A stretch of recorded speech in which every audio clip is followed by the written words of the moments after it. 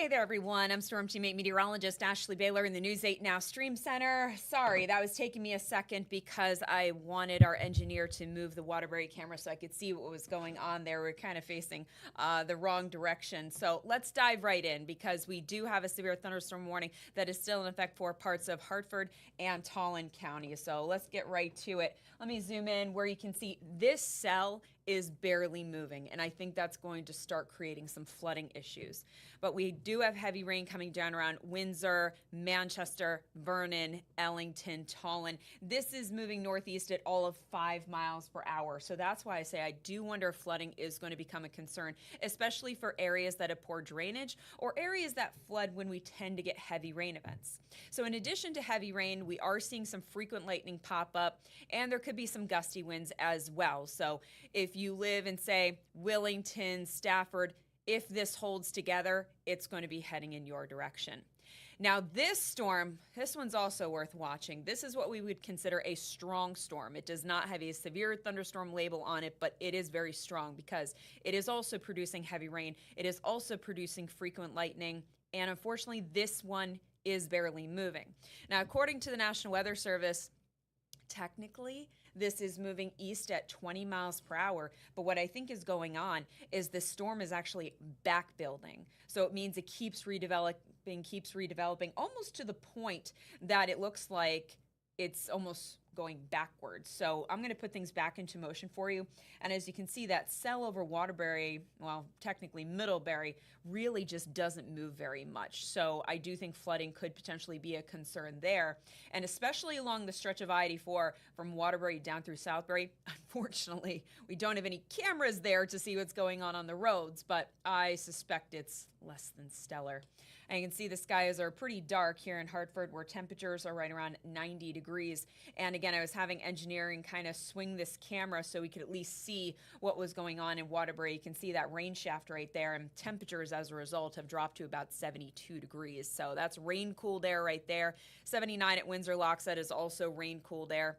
It is 86 in Meriden, 88 degrees in New Haven. We're at 83 in New London. All those dew points are back up today. You can see dew points for the most part are in the 70s, so that is giving us a heat index around 98 degrees in New Haven, about 93 in Willimantic, 97 in Hartford, and 95 in Bridgeport. Those winds are streaming up from the south, anywhere between 9 to 23 miles per hour, although that 23 miles per hour, that may also be caused by that storm cell that's nearby. So here's a look at our hour by hour, which will show you passing showers and storms as we continue on through this afternoon and into the evening hours. Once again, there will be the potential for a couple of isolated, strong, or even severe thunderstorms that may produce downpours, frequent lightning, and gusty winds. And I said this earlier when I went on air, just to quickly cut in and let people know about this storm, that if it's safe to do so, and only if it's safe to do so, feel free to send in videos, feel free to send in photos. You're more than welcome to tell us what's going on in your neck of the woods, because sometimes the radar can only tell us so much. We definitely rely on you guys to also say, hey, this is what's going on in my backyard. We always love to hear from you. Now, overnight, we'll be under mainly cloudy skies, definitely starting the day with clouds and a little bit of fog tomorrow. I think I'm going to call tomorrow partly sunny because at times we'll see more clouds than sunshine, and once again, we'll likely see some showers and thunderstorms heading through the afternoon. Luckily, things quiet down by Friday. Now, here's a look at Tropical Storm Erin. Certainly looking healthier today. It is still trekking along the Atlantic at 17 miles per hour with winds sustained at 45 miles per hour. So let's put the latest National Hurricane Center track on this for you.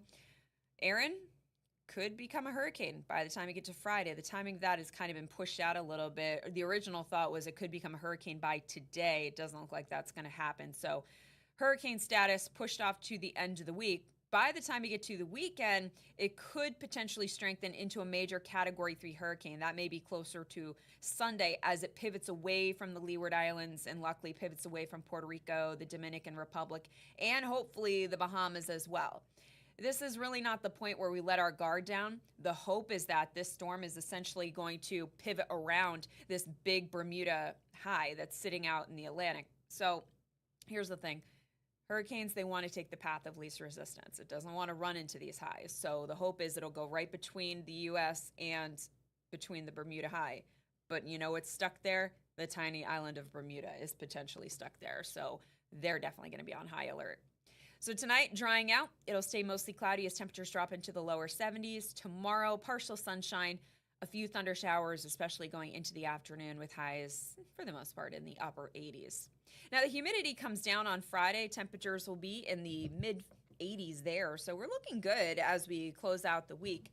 Saturday looks great as well. Sunday, I really think Sunday is going to be mostly dry. Maybe the chance of a hit or miss thunder shower late in the day. That's about it. Monday, noticeably cooler. Temperatures will come down into the lower 80s there. The GFS, our American model, is pretty amped up for a chance of thunder showers going into next Tuesday and Wednesday. The Euro's not quite on board with that. But I'm going to leave the chance of thunder showers in there for now for Tuesday. We're going to watch Wednesday. And then, of course, the Euro wants to bring in a chance of rain next Thursday. The GFS doesn't agree. So there's a little disagreement heading into next week. But one thing I will tell you that's for sure is that with the fact that Aaron is going to be somewhere out there, the surf is going to be very rough. The rip current risk is going to be higher. So if you were heading to the Cape and the Islands, if you're heading to Block Island, if you're going to be maybe down in New Jersey, please watch the water. I know recently in New Jersey, I had to make a lot of rescues for people stuck in the rip currents that were getting pulled out. I think we could probably run into that scenario again going into next week. I would say especially through the latter half of the week. But if you're down in Jersey or even anywhere in the mid-Atlantic, to be honest with you, I would say Tuesday is the early day that you could start seeing the issues on the water. So just be careful out there. I got to get back into the studio. Keep an eye to the sky going through this afternoon. I'll see you later.